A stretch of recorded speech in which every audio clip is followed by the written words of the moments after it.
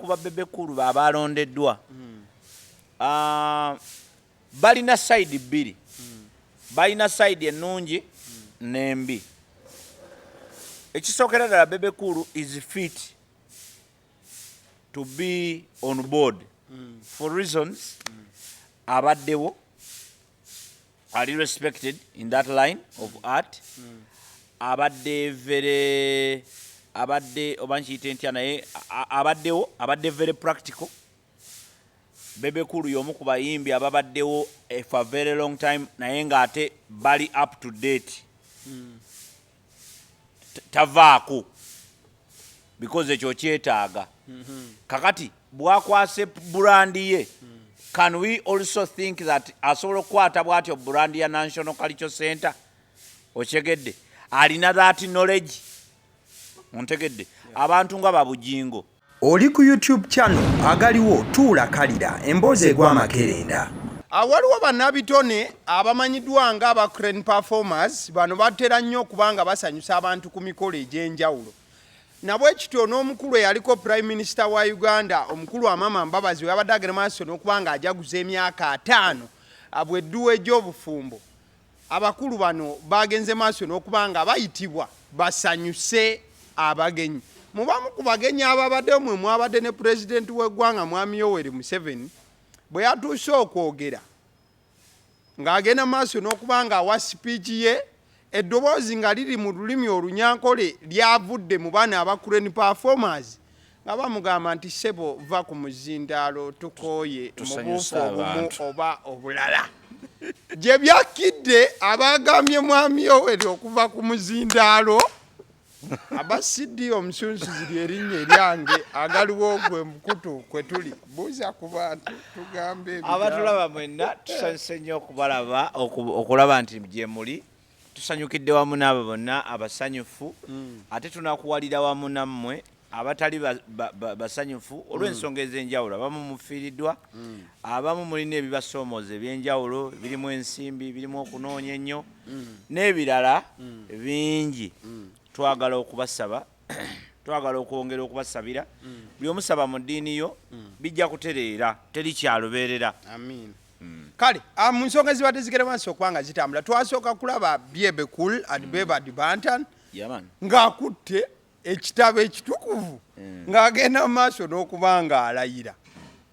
Ne tugaba bannaye tabanga balamu olwamaze bw'ati ne Bebe Cool ne bakola ki ne bamukwasaamu si yeyaka ne ba artists ab'enjawulo twabalaba balindoza ba artists 7 abagenda maaso n'okubanga balayira. Tugenda oluvannyuma okukizuula nti Bebe Cool ensonga lwaki yali agenze maaso n'okubanga alayira yali ateekeddwa ku Board of Trustees aba UNCC Uganda National Cultural Center mu buufu obukwatagana side eyo kwegamba yateekebwa ku board eyo ne banne abalala. Kiki ekisookera ddala UNCC kyeki ani ow'okuntikka atwala UNCC era UNCC Bebe Cool okulayira kwe ne banne kuli significant kutya eriba artists ne art industry mu buufu obwo wetwagala okusookera ddala ekisooka Bebe Cool biki bye yalayira ojja tuyambako era bitegeeza ki and the whole thing. Ekisookera ddala obuuziza what is UNCC. UNCC is Uganda National Cultural Center. Eyo nno yetwalira ddala the commonly known as the National Theatre, the National Gallery, and the National Craft Center. Nga bw'olabaawo wonna we wali ebisiiga and all those things. So National Cultural Center mu kusooka eyo yali National Theatre.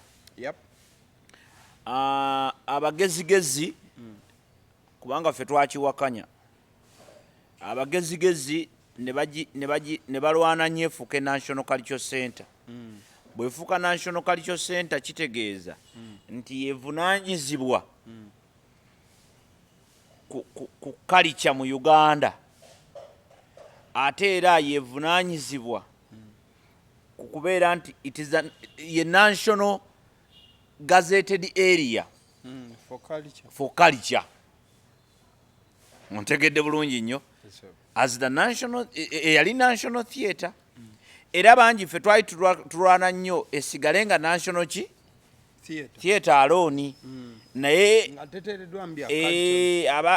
of course it is part of culture. Naye buli lwekifuuka ekyo twali tumaze okulaba obunafu bwa national theatre.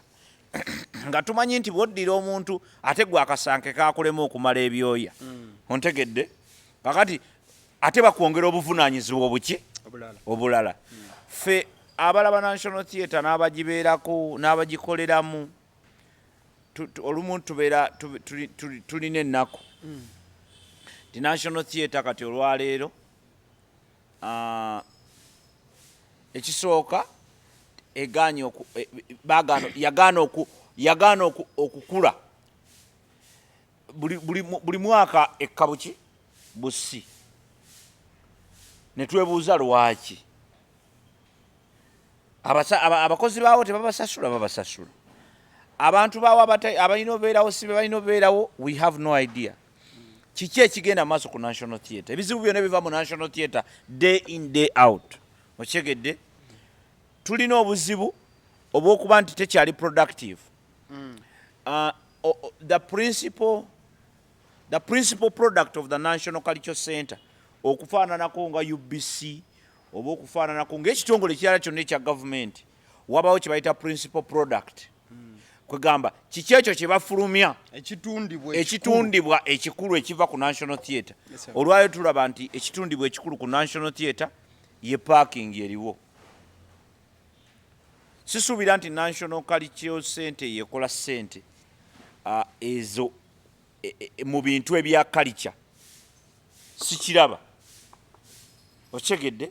Tuyinza okuba nga studio zammwe nno nammwe kati teweesigama byesonyi we tugende. Tuyinza okubanga waliwo ensonga ezimu zeetaaga okwesigama but tuyinza okubanga nga ekintu ekyandibadde kisinga okuleeta ssente mu National Theatre yandibadde auditorium, byandibadde ebisiiga ebiriwo, byandibadde ebintu bye baproducinga, bandibadde ba artist ne content gwe bakola ki? Gwe bakola. Ne National Theatre olumu tugisanga ku weekend nga nzigale. Auditorium waliyo kitewali. Parking waliwo kinga parking ejjudde. Kitegeeza omuntu aveeri omu kikuba sojja na parking na emmotoka ku National Theatre n'atambula n'agenda.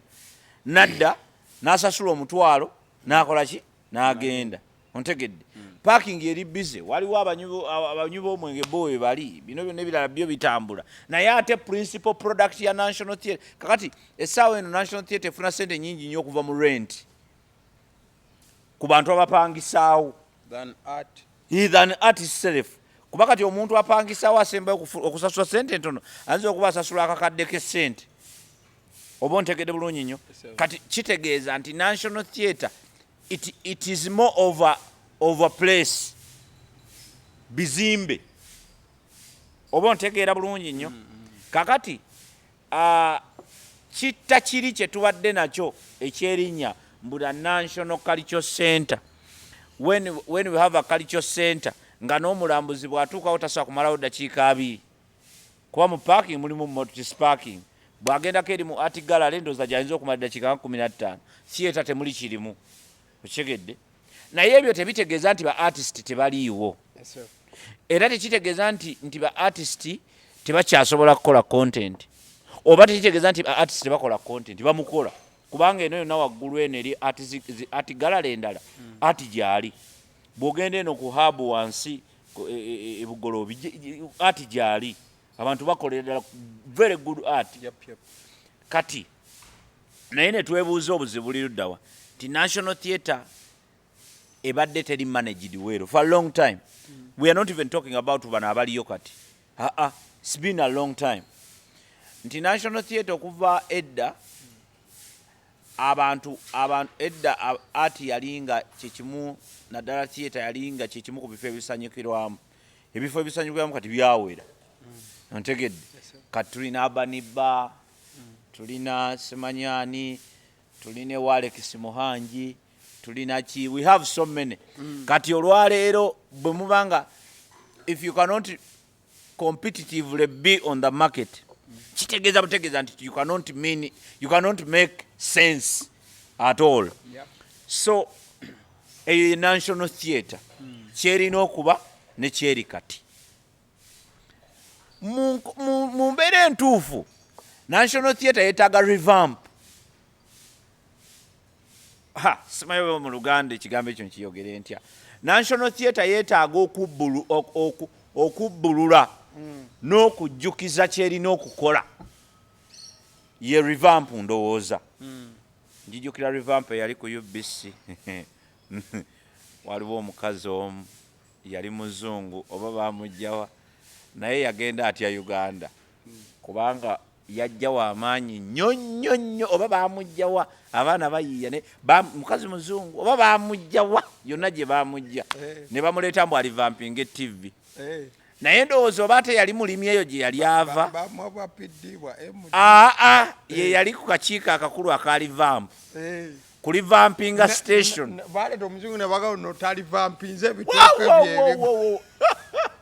Gye byaggwera ye yali ali rivamputi. Era gwalowooza nti Uganda bamulivampinga. Naye nga gwe kyoba omanya nti yalivampinga abantu ng'agoba atolooza siwe gwe eri yali livampu omwange gwe kyoba omanya nti yali livampu omwange naye yali livampu nnyo naye livampu eyo ekyajjukirwa era ne bw'oyogera bwogezi mu bitabo mweri kubanga yalivampinga ne livampinga paka mu kulivampinga yamaliriza nennyini kuleeta livampu naye bamulivampinze. Era nkubuulira yayita entebe awo ng'oyinza okugamba nti ate waliwo ekimugoba emabegawo omuzungu. Era abaana bannayuganda bateggwe tosaaganga na bannayuganda. But what I'm trying to say is revamp is needed at UNCC. Ekisooka tekyali productive nga bwe nkugambye nti principal product tekyaliwo. UNCC kati kiringa ekifo just nti kiringa bonoogamba nti nina ekifo kyange kyempangisa owa parking najja ow'ebbaala n'aleeta container. It's no longer national. It is still national theatre, of course. It's still national cultural center, but the culture is not there. Ocheged. What should be sold is not sold there. Kiringa ng'okugulawo essomero. Nga essomero liri essomero ng'okimanyi bulungi nnyo products ezinyofulumya baana abayize naye ng'ate abantu bapakinga bupakinze ne bagenda ate ne basomera ewalala. Oba kitegedde bulungi nnyo. So and that's a point. Yep. That's a point. So now we need to revamp national theatre dengulu. Erina abagikulira naye abagikulira oba oli awo tebamanyi kyakukola oba bamanyi ekyokukola naye omutima gwe bajjiramu ndoza gwali gwa busuubuzi kubanga nkimanyi bulungi national theatre abantu abakolawo bonna basasulwa omusaala ate omusaala omuki omulungi. Kati after us knowing what UNCC is and the national theatre okulayira kuno board of trustees and all that Bebe kulo layira ne banne kitegeeza ki era ba board of trustees be baliwa bakola ki kigenda gattako kitya kakati kozi buli omu yasigadde bw'okola company gwali eyandaba bw'okola organization oba organization yonna sijja gamba nti bw'okola kozi organization si kyangu gikola muntu omu. Organization yonna ng'ekolebwa ebeera ne kye bayita organogram. Mukama ekyo simanyi bwe nakimanya anti ebimu nange mbigwamu bugwi. The organogram is what we call the would-be structure of governance.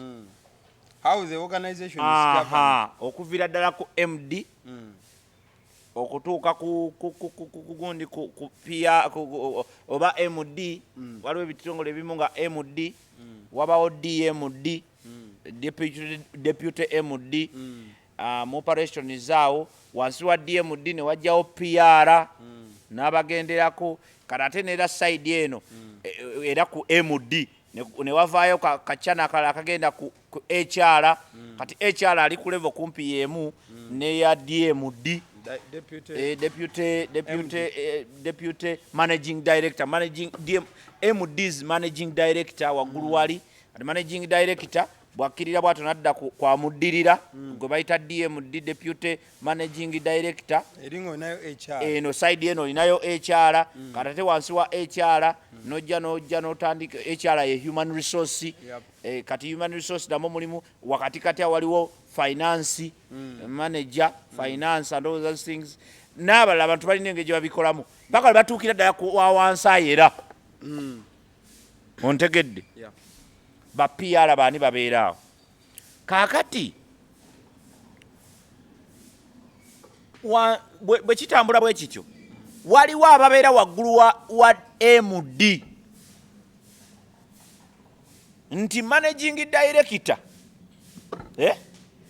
abeera ye manager asookerwako era ye accounting officer w'ekitongole kyonna naye wabeerayo waggulu we olukiiko gye bayita board of trustees board of governors eyo board ebeerawo ne chairman board erwo lukiiko olukulu olufuzi olw'ekitongole kyonna ontegedde olukiiko olwo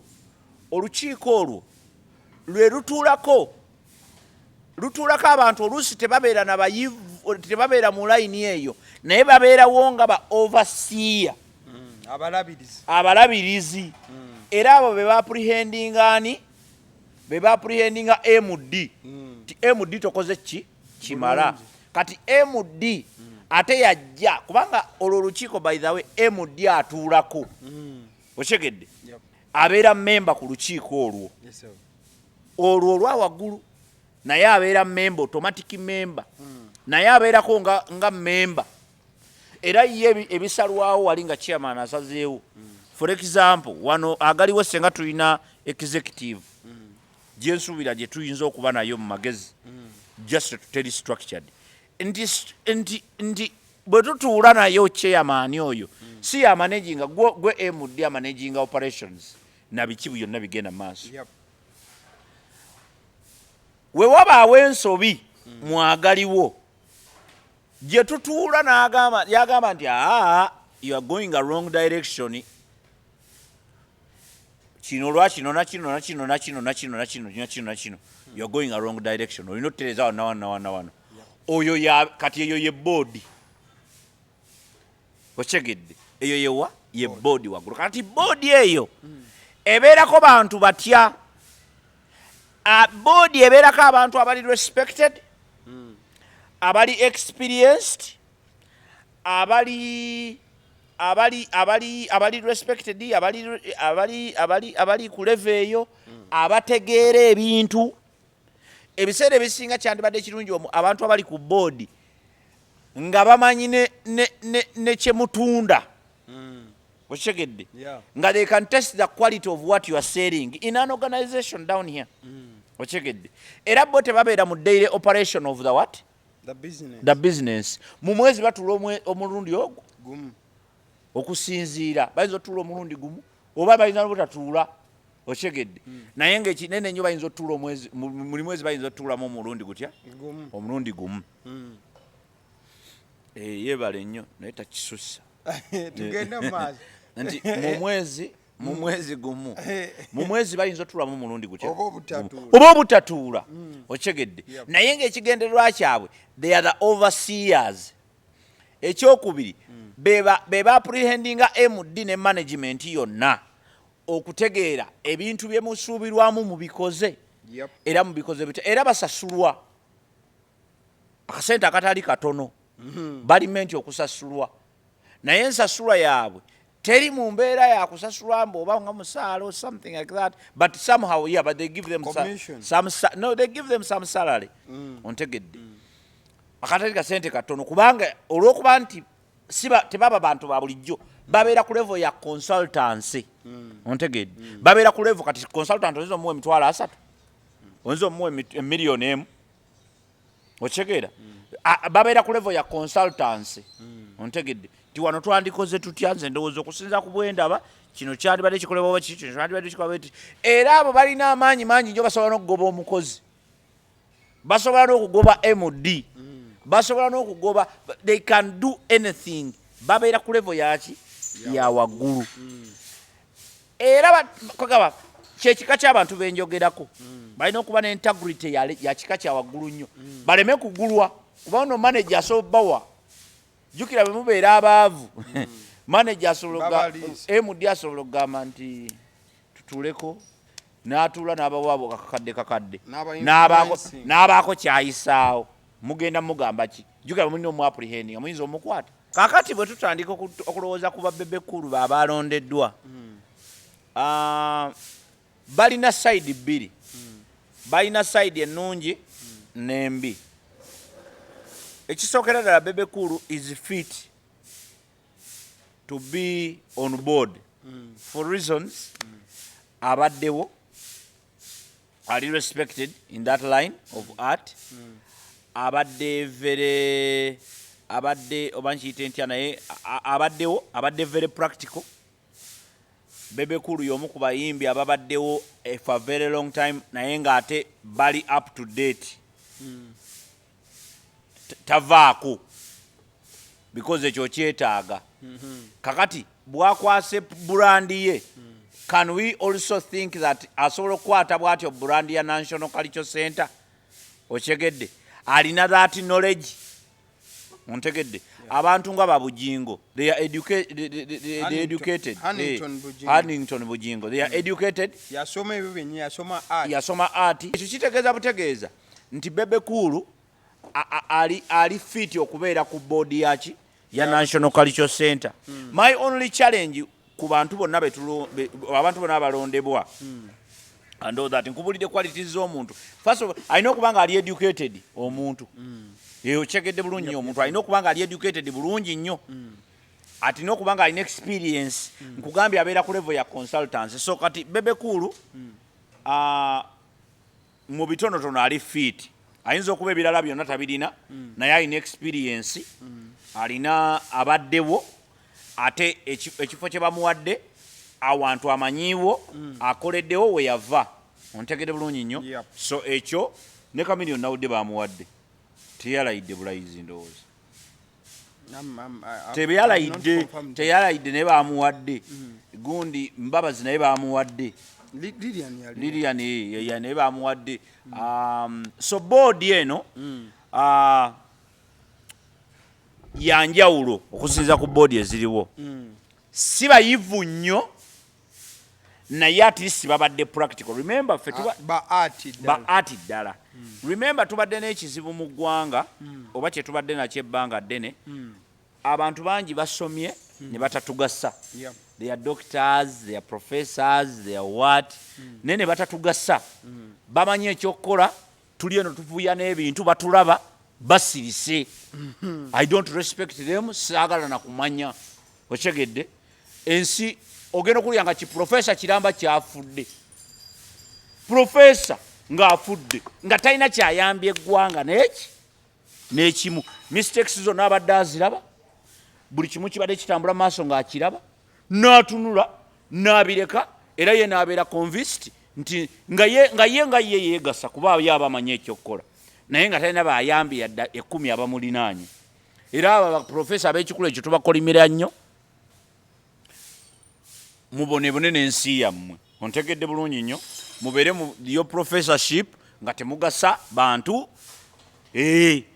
Katonda alibasalira ontegedde nti mwali kubanga remember ne Bible etugamba Katonda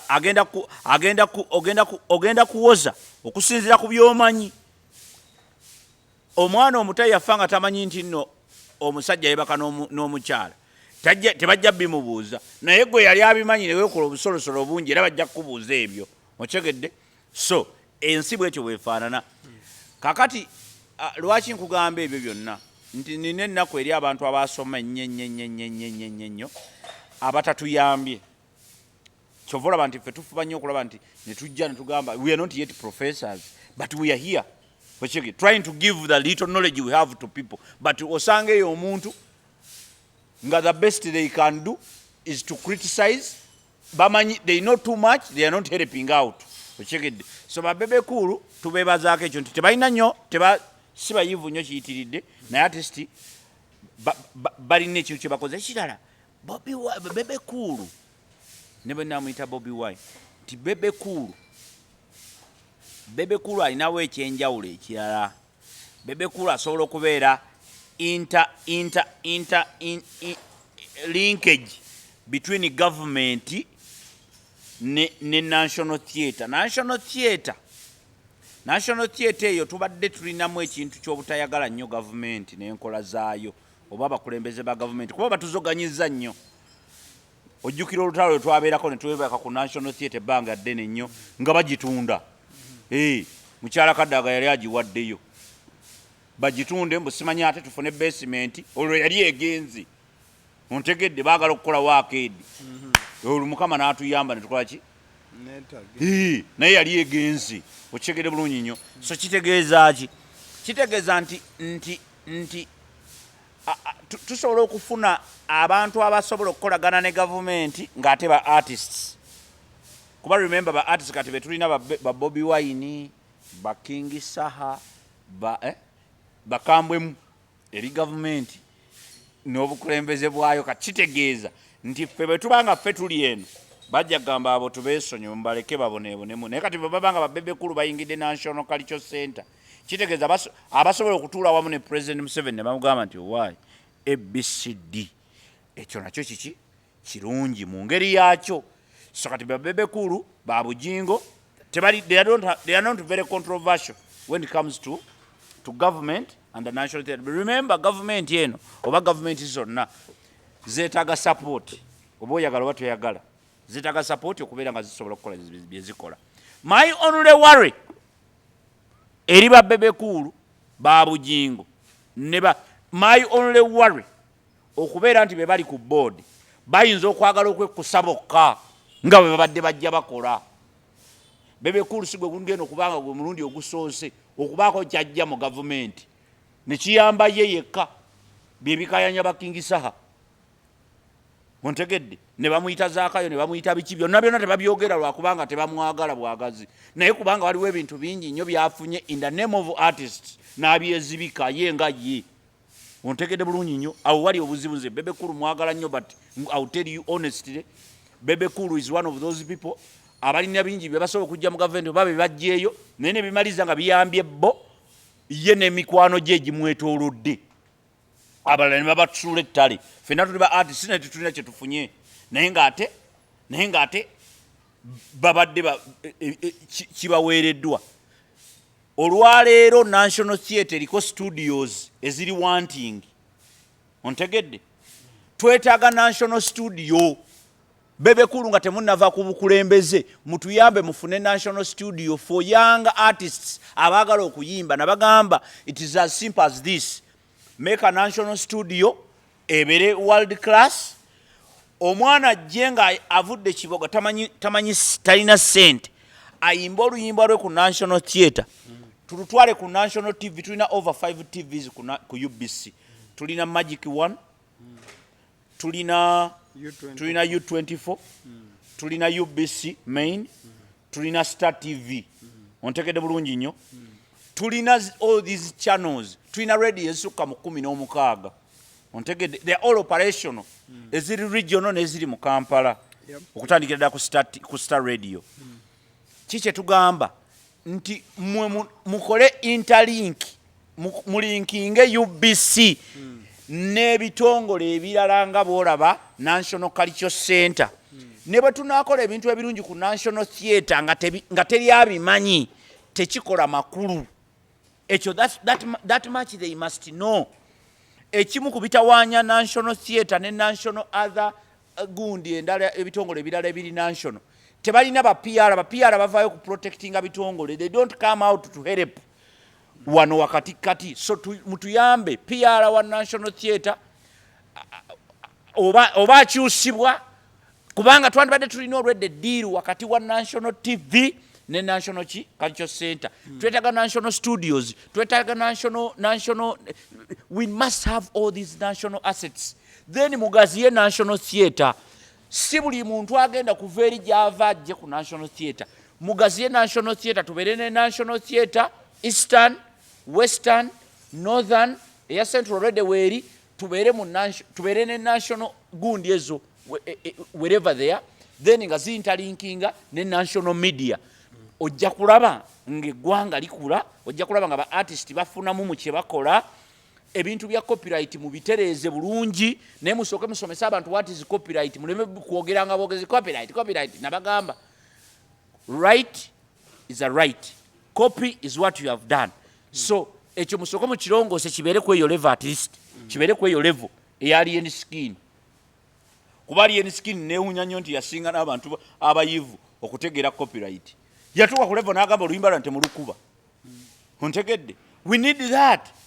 Kati ng'okyali ku ba artist bano abalayidde n'okuba nti bafanzi baabwe bakya mu kisenyo naki, roles zaabwe zigenda kubeera ki ddala oba ze ziri wali member kubanga member nkugambye ku board kubaako abantu ebikyokera ddala integrity biki bitabo biki experience and all that, obeera ku level ya consultancy oba member oba kubobeera ku kati balina kye bagenda okugattako ennyo okusaidia aba artist. Yes, balina okugattako bye balina okugattako bye bimu ku bino. Batule mu meeting balina okukola national studios ziterere omwana, so that omwana afuna omukisa, kubanga ekikulu kya byonna kwe kulaba nti abantu bafuna mu talenti zaabwe, bafuna mu crafts zaabwe, kyekikulu. Oli aleme kuba na craft emufiiremu afe nayo, nti bano nga bamaze okulondebwa okubeera board of governors. Bo bennyini balina okubeera honest to us, baleme kubanga bayisaawo biddiiru byabwe. Ontegedde? Baleme kubanga ekyabaleese kukutula ddiiru bagende. Tufunye omukisa nti tetufunangako ekyo kibadde kikyaludde okubeerawo, oba kiyinza okuba kyaliwooko naye nga artist mulembe gwange mbadde sikirabangako. Omuyimbi amanyibwa nga Bebe Kulu, artist amanyibwa nga boolaba Lilian Mbabazi, artist amanyibwa nga boolaba gundi Bujingo, okubeera part of the most high leading what board. Ekyo mbadde sikirabangako artist in my time. Kitegeeza ki? Kitegeeza mistakes zonna ezibaddewo oba oliawo zibaddewo lwaki? Zibaddewo lwakuba nti babadde tewaliwo bakulembeze bakikulu ekyo. Kati mwe mutuyambe ba Bebe Kulu, twagala national studio nga body yamwe tennavaako, twagala national studio, twagala contract in between, twagala MOUs ez'enjawulo in between National Theatre oba National Cultural Center ne TVs ez'enjawulo, zi NBS, zi UBC, zi Simanyizaani, zi Uganda, BBS, Telefina. We need those because ekizibu ky'abantu National Theatre yotuulamu oteekamu show ennungi ennyo abantu ne bagaana okujja, naye simply because tebamanyi na kumanya kiri mu theatre. People love theatre, people love drama, but they don't know what is in theatre. They don't even know where is National Theatre. People don't know that. Exposure. The exposure is too little, so we need a revamp. Abatali bakozi mu bagobe. Waliwo abantu ku National Theatre betumanyidde ddala nga si bakozi, bali awo bali mu kuwanika buwanisi mitwe bati, naye si bakozi nga nammwe mubamanyi. Otuuka ku National Theatre n'obaako kyoyagala, n'osasula ne ssente, n'otandika okukola, n'otuuka nga technician Mataala taliyo, nga taliyo. Ontegedde? Ate nga baba bakugu, ate nga baba bamanyi ekyokukola, naye ne babeera nga babeera mu kulitakisinga buli lakisinzi. So twagala beebaza nti mwebale okugwa mugundi mu mulimu ogwo, naye ogwo gubeere mulimu, mubeere nga mugenda kuweereza. Temubanga bano abalala abatuliddemu olukwe ne babeera mu parliament ne bazimbye embuto zaabwe. Temuzimbiza mbuto ku National Cultural Center. Mweyambe ate mutuyambe, because tomanya mwana we naye ayinza okubeera artist after that. Okitegedde bulungi nnyo. Ba PR b'ebitongole bya gavumenti tubasaba, in fact kino kankiyisizeewo naddala, ba PR b'ebitongole bya gavumenti tubasaba, bw'oba nga toli PR oba mulina association ebatwala mwenna nga muli bwe mutyo, PR b'ebitongole temukola. You are the most useless. Otunuulira ekitongole kati nga URA. Nkuwulira mazima. PR waabwe bakola ki? What are they doing? Nga tebasobola kukwata offices zaabwe ne basomesa communities obulungi bw'okusasula omusolo na butya balina okugusasula. Okimanyi nti batuzizaayo mu nkola enkadde gye twagoba abantu gye babagobanga obugobi emisinde. Leeta omusolo, leeta omusolo, leeta omusolo, leeta omusolo. Gwe okimanyi nti nedda nakunyumiza ku musolo ogw'omutwe. Okimanyi nti omusolo ogw'omutwe bakozesanga emitwalo 10 okunoonya. Basalanga amagezi ng'olumu bateega taxi ne bagikwata ne bagamba nti kakati yingiza abasajja. Yingiza abasajja. Olwayingira ogenda okulaba yabadde nga kondakita ng'agamba leeta tikiti y'omusolo. Abantu ne babatomera, abantu babatomeranga. Olinga adduka balaba abasajja n'addu abasajja baabo n'asaaka emikikumi abasala oluguudo emmotoka n'emukuba n'emutta. Ontegedde. Kakati mwagala kutuzaayo eyo. URA mwagala kutuzaayo eyo. Mwagala kutuzaayo eyo. Buli kati luguudo olufuluma mu Kampala luliko abasirikale 2 oba 4 ab'amagye. Bino ebintu obitwalawo. Obitwalawa? Nti munnaye mbitwalawa mukwano wa kirayanti wange baboda juka bebakwata oba babu motoka butono. Mbitwala kirayanti wange alina muŋŋoona nti lisiti zaabyo ziruwa. Jangu tusooke tuddeyo atuwa omusolo gwabyo. Awo tuzaate. Awo tuzze. Awo URA ewe mwagala okutuzza. Tuddeko eyo level in 2024.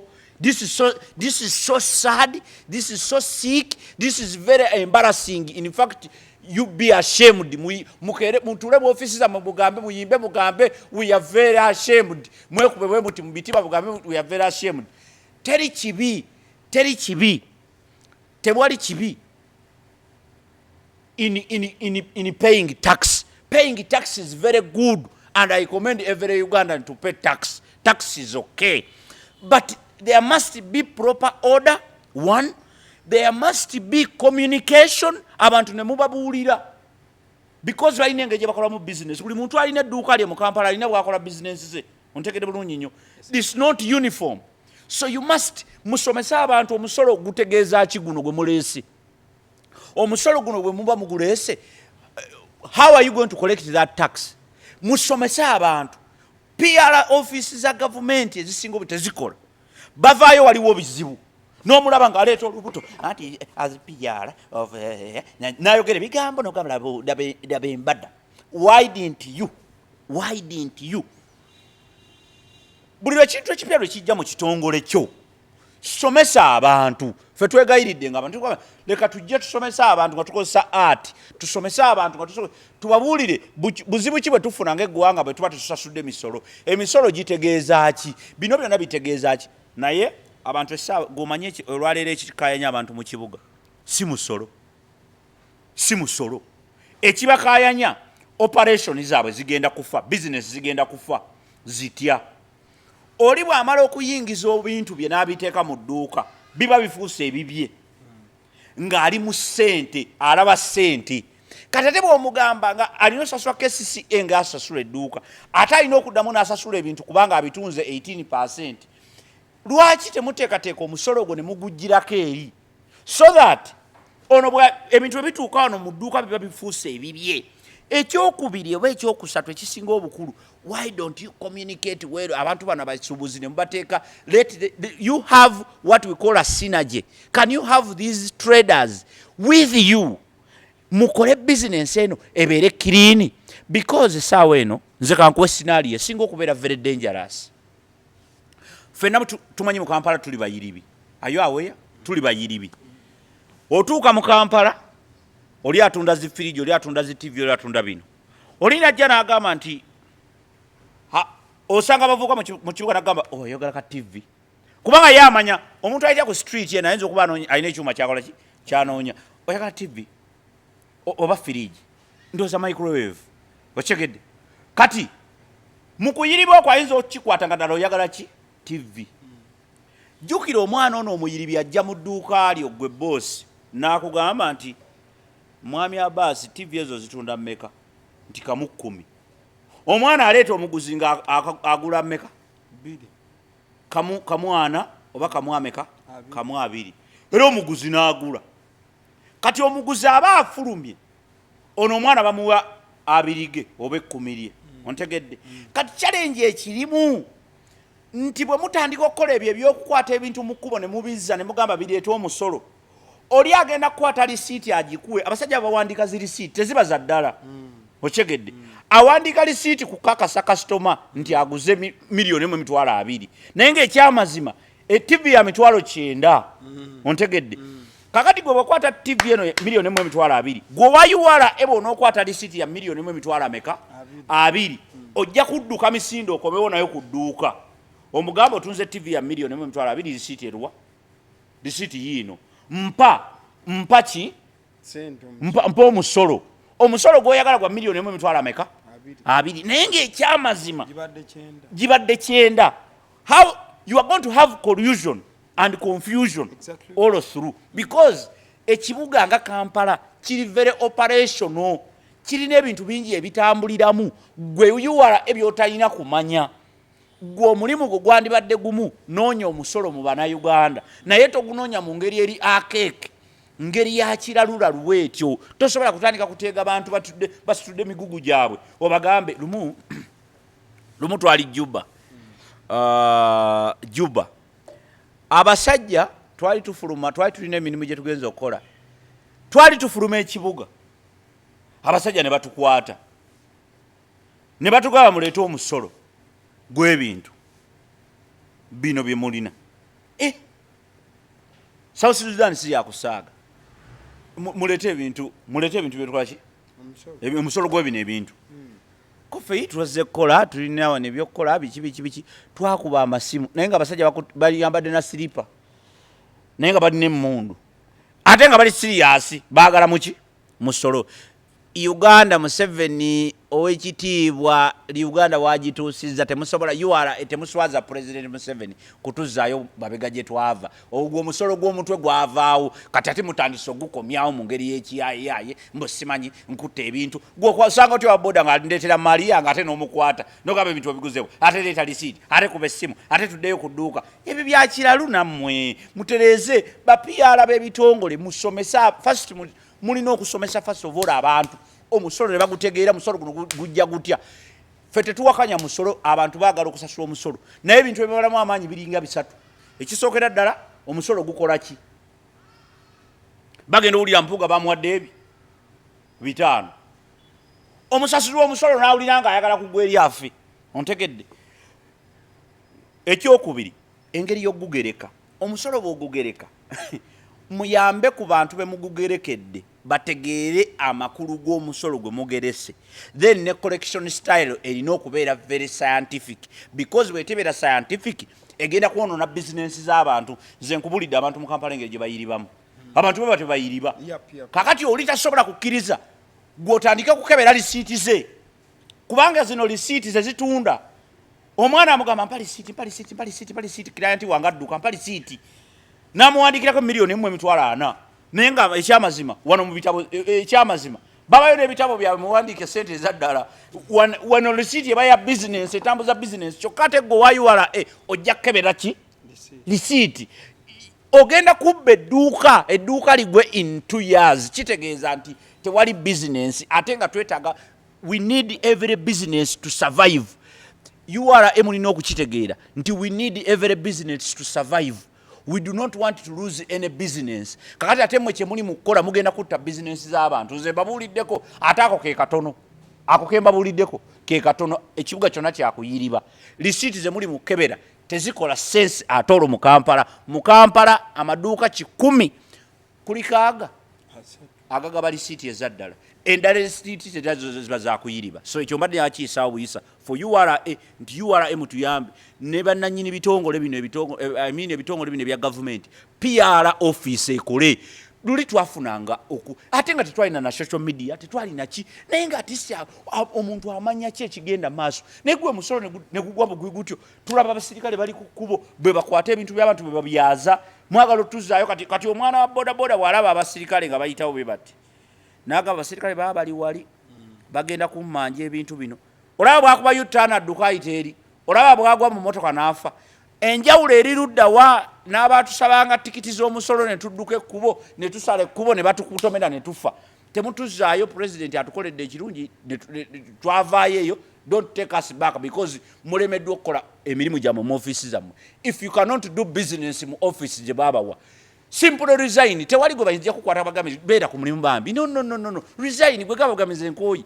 naye ba PR b'ebitongole bya gavumenti tebakola they are not doing anything ekyo nkikakasa because buli lwe bavaayo waliwo ebizibu tebalina organization iyo organizing bagamba leka tujje tusomese ku bantu leka tujje tusomese buli lwe bajja balina omusolo gwe baleese buli lwe bajja balina kye badefendinga buli lwe bajja waliwo ekintu lwaki temusomesa busomesa abantu ne bamanya kati abantu buli lwe mubeera nga mube involved in programming eno efaanana bwetyo what happens baba wa their side of the story because that is pretty much you are etemanyi kiri ebyo byokka biri kulaga nti you are etemanyi kiri ku ground bw'oŋŋamba nti okwata omuntu ali mu kkubo n'omuggyako lisiiti n'okakasa ebintu gy'abiguze ogenda oggyeyo omusolo kabonero akalaga nti tomanyi kiri ku ground tomanyi nti abantu bayiriba oli akwata lisiiti ya $2,000,000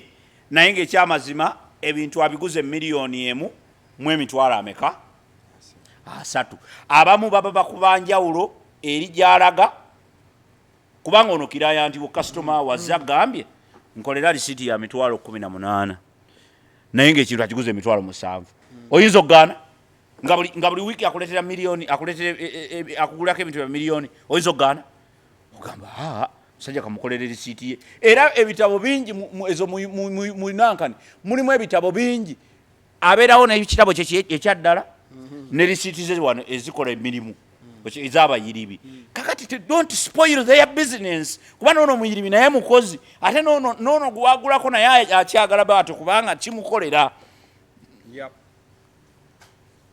mutuyambe mukole emirimu gyabwe muba temusobola kukola mirimu muve mu ofiisi za gavumenti lwakuba akadde katulidde but as we are winding up nalabyeko ku mwana mulenzi Dr. Propa ng'embeera gy'alimu nayo si nnungi abayimbi era kati ekyo kiddayo waliwo wagambye depression ekiri okay omanyi depression is a process ejja with the time first of all abantu balina okuyiga teri atabeera depressed mulina okuyiga okwemanaginga fena tulina ebizibu it's not easy but olina kiyiga oba si kyofa nyo obutuufe aki kitegeeza you cannot say it's not easy why is it not easy depression what I'm trying to say is people are battling depression that's what I'm trying to say nkugambye mulina okweyigiriza mwejjeeko pressure ochegedde abantu ebintu ebibakalubiriza emitwe renti gundi school fees ebintu ebiggwawo ochegedde these things bino biggwawo ne bw'osasula renti nze tumuncha mukyala wawe yali aŋŋamba lwaki tosasula omusajja oyo ne tubeera nga tuli mirembe ne mugamba tosobola kufuna mirembe ng'olowooza nti noyinza okusasula renti n'ofuna emirembe ne mugamba emirembe gy'ogenda okufuna lwe lunaku lw'oliva mu bupangisa gye emirembe gy'ogenda okufuna ne mugamba naye tosobola kuva mu bupangisa ng'osasula bulungi landiroodi tosobola nkubuulira mazima tosobola bw'oba oyagala ova mu bupangisa landiroodi mulyaza amaanyi ojja buvaamu kuba ojja sulako wabweru gwe wenyini ogambe nkubuulira mazima tosobola va mu bupangisa ng'osasula bulungi landiroodi nze nabakyali bange asasula omwaka nze nkwate sente zange nziwe landiroodi abeere nazo omwaka mulamba bwenfa enkya mukama yesu abantu balina obudde nze nkwate no tubeere bamazima nkwate sente zange nziwe landiroodi omwaka mulamba yenga yo yeyagala nze nga neebase sente zange nzeebakemu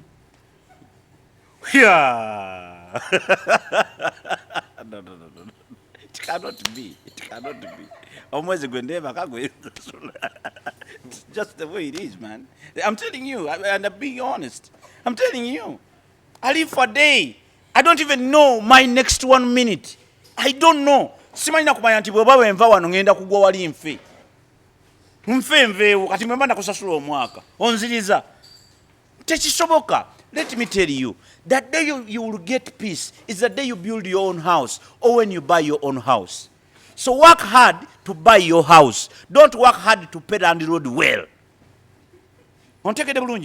Work hard to get your own house, but don't work so hard to pay the road mboyagala mirembe. Tosobola kufuna mirembe ng'osula mu nyumba ya muntu.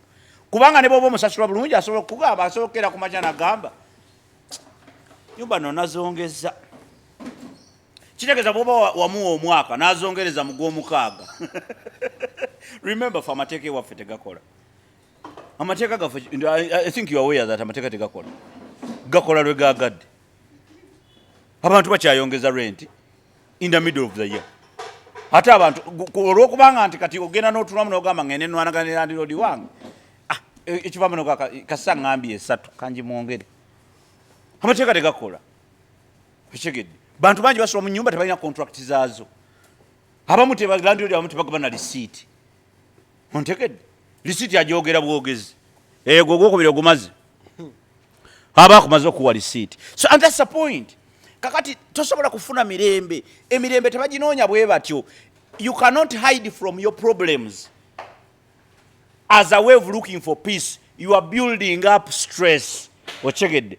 Akati bana abavubuka abafa abamu abayimbi boolabye ababonaabona nga Dr. Propa beekwekanga mu bizibu nga beekweka mu bizibu. Nze Dr. Propa kyali wange nakoma ndowooza omulaba twali mu church emu era nga yanjula oyo omukyala we teyali mbaga, but it was about embaga okutuuka.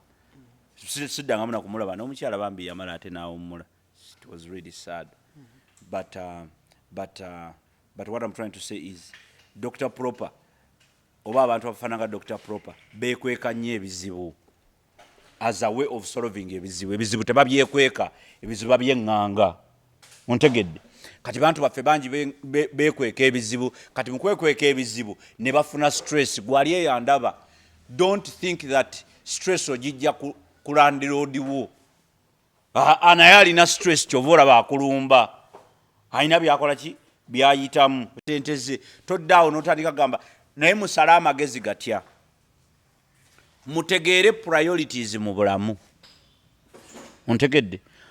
What are priorities? Tetusobola kubanga ebintu ebitustressing bye bintu bye twandiise omuntu byayita bye tuyita abankiyite ntya basic needs. Basic needs is ennyumba gye tusula, food, women, men. Those are basic needs. Buli mukyala yandifunye ku musajja n'anyumirwa ensi. It is basic. Gwe gw'omanyi nze nina abantu abafuddeko nga bafudde lwa laavu. Gwe gw'omanyi oli mu nsi yo. Ontegedde. Nze manyi abakazi abafudde neyeetuga lwa musajja. Nkirabyeko. What more depression do you want? Nkirabyeko. So gwe gw'omanyi. Nze nkimanyi ekyo it's a basic need. Omusajja manyi abasajja abeetuze nga mukazi yamukyayi. Tulwana kufuna mmere ate ng'ogadde. That's what I'm trying to say. Those are basic needs. Nkugambe tosobola kubanga mu bulamu bw'onoonya basic needs.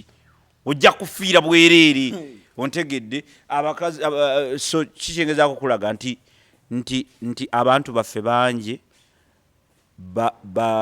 balemereddwa obulamu kubanga banoonya basic needs. Oli n'agenda mu music ng'oyo ng'ekimututteyo ng'ayagala kwebakako n'abakazi abalungi. Oluyimba olwo lumuleetera buli mukazi gwe yali alowoozezzaako. Ekivaamu kiki? Bw'amala okwebaka ku bakazi n'amala otegeera nti tebalina makulu ngaddayo mu depression kubanga atandika obuuza. Ye kati agenda okutuuka okwagala okudda mu senses ezigamba ndoza okusula mu hoteri kuno kwe maze omwaka omulamba nga nnyono ne miliyoni 2 ate senga oba nazimba mwaka yumba kati n'anoonyayo hiti nebulira ddala. Bw'emala okubula atandika mpola nga takyalina ssente emmotoka gye yagula lulinga ng'alwana nnyo okugulayo akamotoka. Do you remember bino byonna byogera ku basic needs. Yalwana nnyo okugula emmotoka. Bw'amala okizula nti terina makulu emmere yesinga ng'agitunda ng'apangisa akayumba ng'alwana nnyo ng'akola kiri kyenkugambye olw'okuba nti atunze emmotoka talina luyimba talina ki ng'agamba zino miliyoni ennya nzikole ki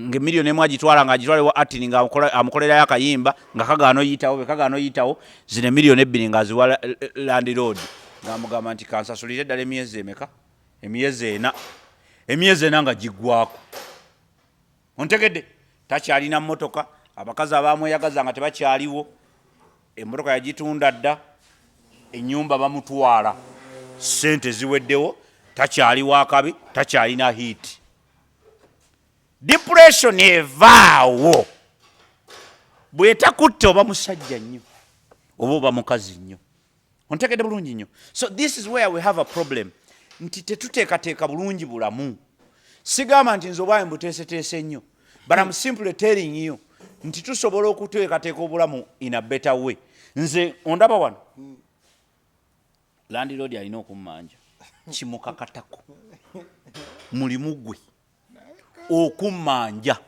sibanja landlord ago ge mazima nze sibanja landlord yammanja kitegeeza kisente zange waakiri okuziwa landlord azinyumirwe emyezi 3 maaso mba noonya bwe noonya kasente noonya connection noonya science yenna ngeri kije nazimba ennyumba in the next 5 years kyenoonya I'm not looking for peace in somebody's house. You cannot have peace in bw'obanga osasula emyaka 2 maaso. You can never have peace. The only peace you can get ng'osula wo. Nti kyamagezi nnyo abantu depression eva kukubeera nti abantu banoonya basic needs. Abantu baagala nnyo okulya which is very normal. Naye abantu bakolerera nnyo ebyo. Buli lw'okolerera ebintu ebinafu. Ekibiseera ebisinga bigwawo ebintu ebiggwawo bibi ontegedde kubanga ojja kukwagala ennyo ogula emmotoka ogigule ogiwe omwana akwate ku mutwe ogambe omwana yabadde alagawa n'emmotoka yange maama emmotoka eweddewo depression bye bireeta depression kuba nti ebirooto biki bitono then abalala bayimba abantu abayimba nadde abaana bato abayingira music mulina okukitegeera nti music okuyimba si bizinensi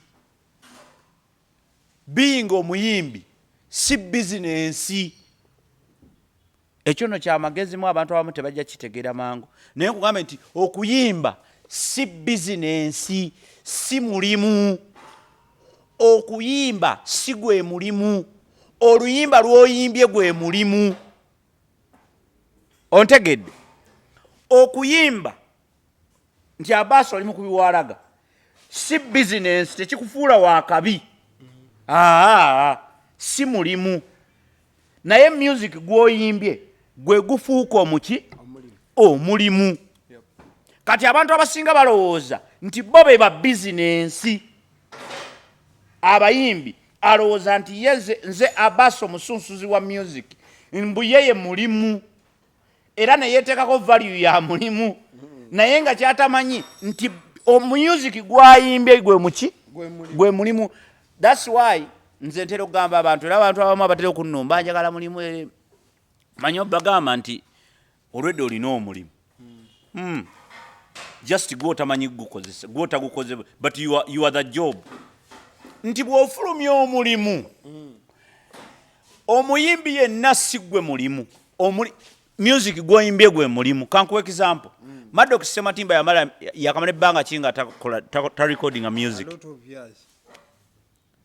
ye ne bwavaawo music waasigalawo ng'akyakola business naye omanyi bwe tugamba he sang and he did a good job guli gwe mulimu music we gwe yayimba gwe mulimu kyova olaba nti ne bwamala emyaka 10 bw'ategeka show mugenda kubanga omulimu gwe weeguli gulabikako guugwo era gukyasobola omuwa ssente oba waali oba taliiwo oba ali depressed oba tali depressed oba ali ki omulimu gwe weeguli emirimu gyammwe abamu abayimbi tegiriiwo you don't have music mwe mulimu kyovola wabeera mawulire buli saabakola controversy biki kulabika nti bo be mulimu but omuyimbi toba mulimu omulimu is the music gwoyimbye ffe gwe tugambira nti you have done a good job okyegedde gwe you are simply an artist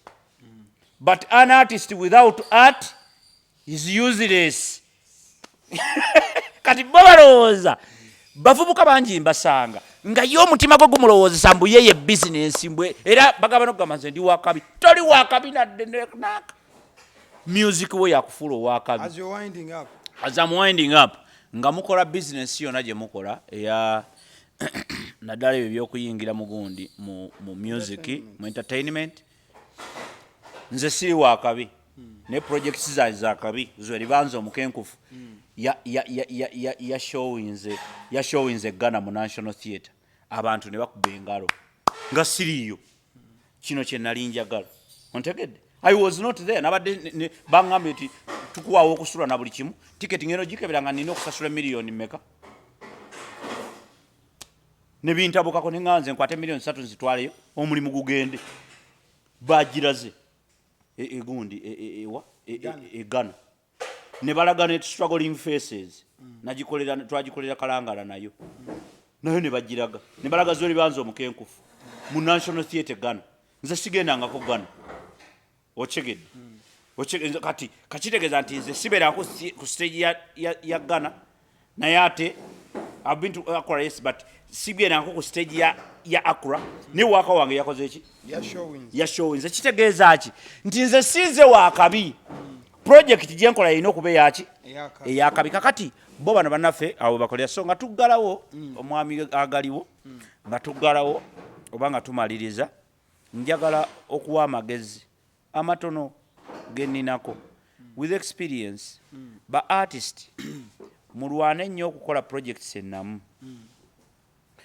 zijja baba iringa out ontegedde ekyokubiri mulwane nnyo obutakolerera bintu bitono bw'okolerera ebintu ebitono nga renti ng'okusulako mu serena ng'ogula emmotoka obifuna naye bw'obifuna bifuuka stress kuba buli lw'osula ku serena olwaleero n'oyagala okuddayo enkya nga tosobola kusulayo that's when you get the stress ontegedde bweyaba okwebaka n'omukazi ow'ebbeeyi n'omala okwebaka naye n'otandika omukubira essimu n'agamba nti njagala nkima wano nga tolina mafuta ye stress ontegedde bye bivaamu ebyo so temweteekako buvunaanyizibwa butalina maki makulu mangi abayimba music muyimbe nga music mulungi kyoko mubeere n'ebirooto nga bineneko loota nnyo okubeera owakabi nti osobola okukola kyonna mu bulamu bwo naye toloota nnyo okukola buntu bwa bulijjo ebintu ebya bulijjo byenkugamba byebyo basic needs tolwana nnyo kusasula renti tolwana nnyo ebyo bijja kwekola byokka gwe you do the good job stress zikyaluma abantu ebirumisa stress abantu byebyo bwavu bintuntu bwe bityo butaba na kyakola and all those things byebireetera abantu obugulu kati ebyo byetuli mu kugema kulwa Katonda n'ensi ya kale mbadde ne mwami Obote ngagenda maaso n'okuba nti ensonga zirumalumamu nga bogenze maaso okuba ng'owulira abasiddi omusunsuzi linnya lyange agaliwo gwe mukutu kwe tuli lw'okolabya video genda maaso n'okuba nga ogirayikinga mbuufu obumu oba obulala Rukia yabadde ku camera thank you so much blessings